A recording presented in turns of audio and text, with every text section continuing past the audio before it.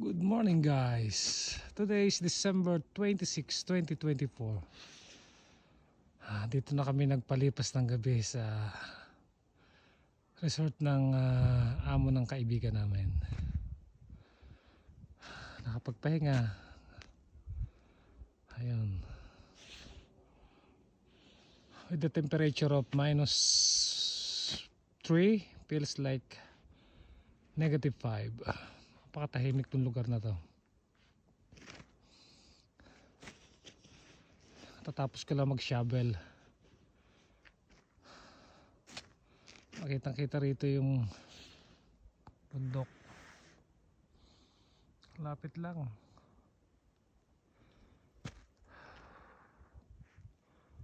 Palibot ng yelo.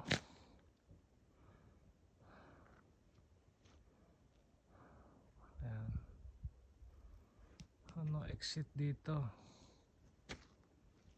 So diretso mamaya dyan.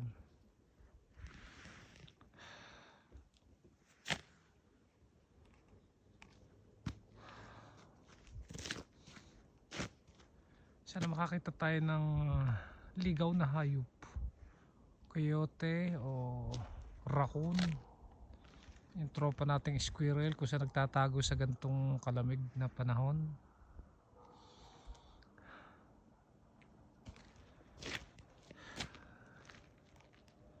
Mga tulog pa yung mga kapitbahay dito.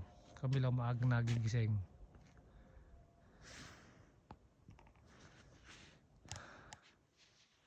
Mamaya busy na uli ang mga attraction dyan.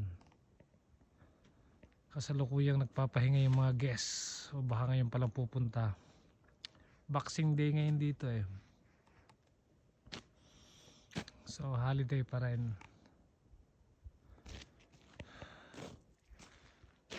Ganda yung mga bahay dito.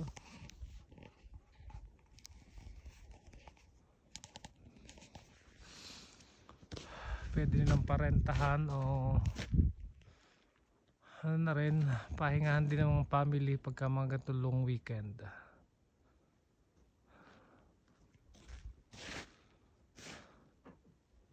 Kalbo na lahat. Wala nang natirang dahon. Isa lang yung malakas dito, yun. Kaisa sa punong yung pine tree. Papunta ron.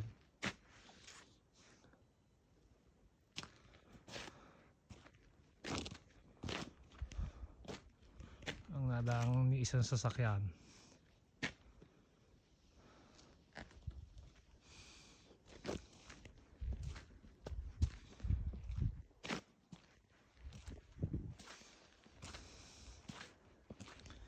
Tahimik naman itong lugar na to.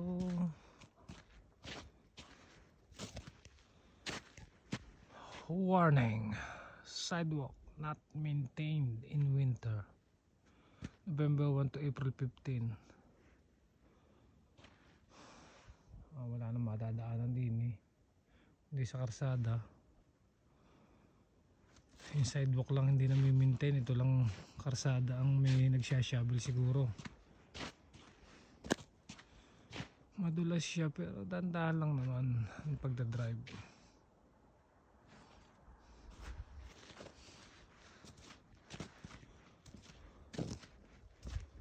Galing kami dun eh. Matarik talaga.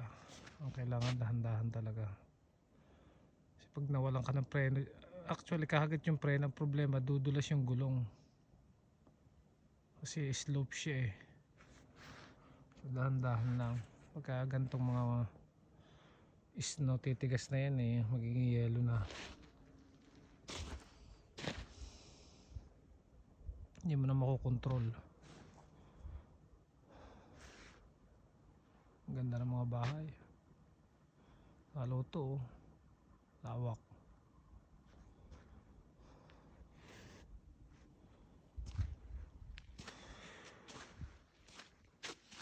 Tama lang to, -5. Ay, good morning. Ay, aming kasabahan nagising na. Maray, binablog ko tong lugar na to. Oh. Isa lang makapag-overnight sa ganitong lugar eh. Baka mag-hotel ka, magkano hotel dito? Lalong ganitong mga season, mahal. Well, kung na maaga kang nakapagpa-reserve siguro 2 months ahead, baka makamura-mura. Pero yung sapulan on the spot, baka may kamahalan. Hindi ako sure, pero siyempre negosyo yun. Ang maganda sa lugar na to, walang walang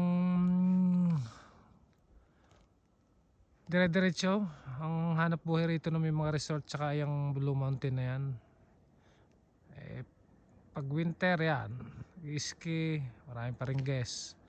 Pagka summer, syempre buhay pa rin yung zipline, yung mga attraction dyan, yung ridge ride, kung iba-ibang attraction dyan. Kaya kung meron kang pinapangarap na isa sa mga rest house dito, ay isang, sa tingin ko lang, opinion ko, isa sa pinakamagandang lugar na karoon ka ng rest house ay dito. Okay, of course Niagara, yan, mga tourist spot yan. Kapal na yelo.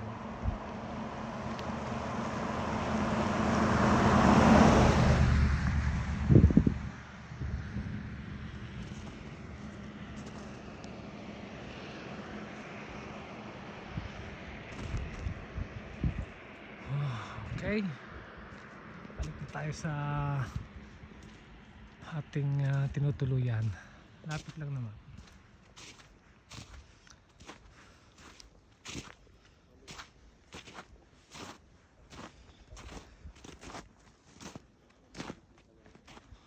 How I wish na isang araw meron din tayo niyan.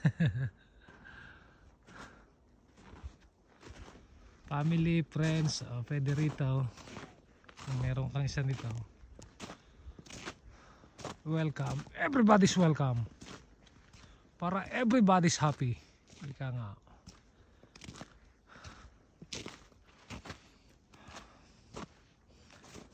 Ganda ng lugar nila.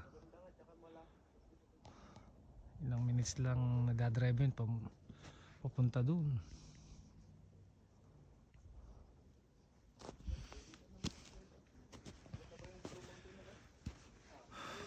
Okay.